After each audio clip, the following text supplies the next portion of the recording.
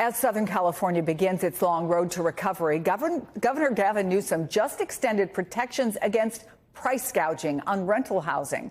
The LA Times reports that online listings have shot up in the wake of the fires, some properties' prices spiking as much as 50%. Joining me now is one of the LA Times reporters behind this story, Seema Mehta. Seema, great reporting, by the way, and you give one example of a two-bedroom condo that went from $5,000 a month to $8,000 after the fires. Walk us through some other examples and what you're hearing from homeowners.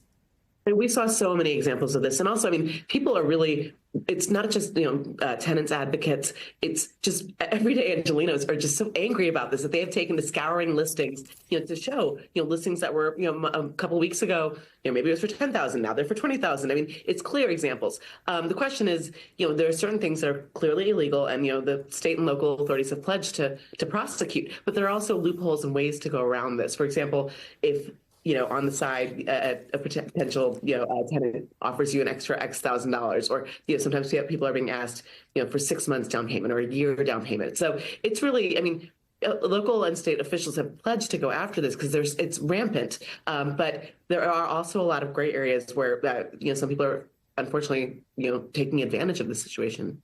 Yeah, of course, it is one thing to extend protections on paper, but if this is so widespread, and we do know that there are so many people out there looking for housing, do we know how well it's being enforced right now? And is the enforcement working?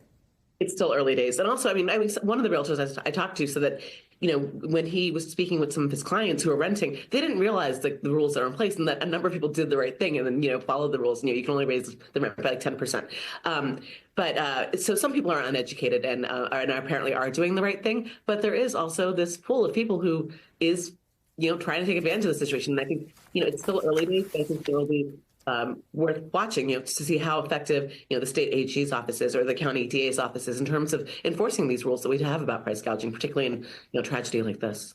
Your reporting also touches on some community-driven efforts. There are organizations that help renters, right? And they have been working to stomp out gouging. What are they doing? What are they trying to accomplish here? They ostracization on social media, which has been working, and they're really trying to publicize, the realtors who are taking these clients on, the people who own these houses that are clearly charging far more than they were listing their places for, a couple weeks ago, a month ago.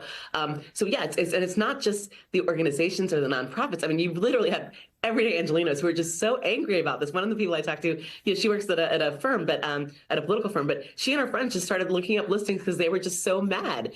So yeah, it's really, it's sort of taken on a life of its own. It's kind of an interesting way for people who are frustrated about, just who are heartbroken about the situation to put their energy into something to try to make it a little bit better for people who have lost everything.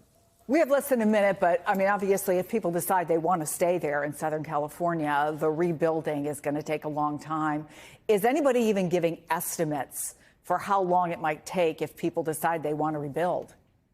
I mean, it's, I've asked that actually. I'm in D.C. right now for the inauguration, and I've met with a number of elected officials from California this week, and I've asked that, and nobody knows. I mean, honestly, in terms of, there's so much debris that needs to be removed. There's toxic stuff in the air and in the ground that needs to be dealt with.